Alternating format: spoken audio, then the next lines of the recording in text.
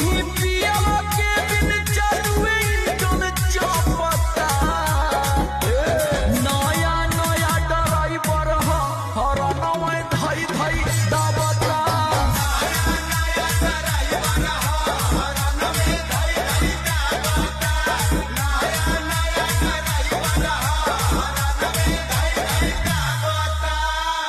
लागता कि सखी लर्निंग में वार्निंग ना कर पाई।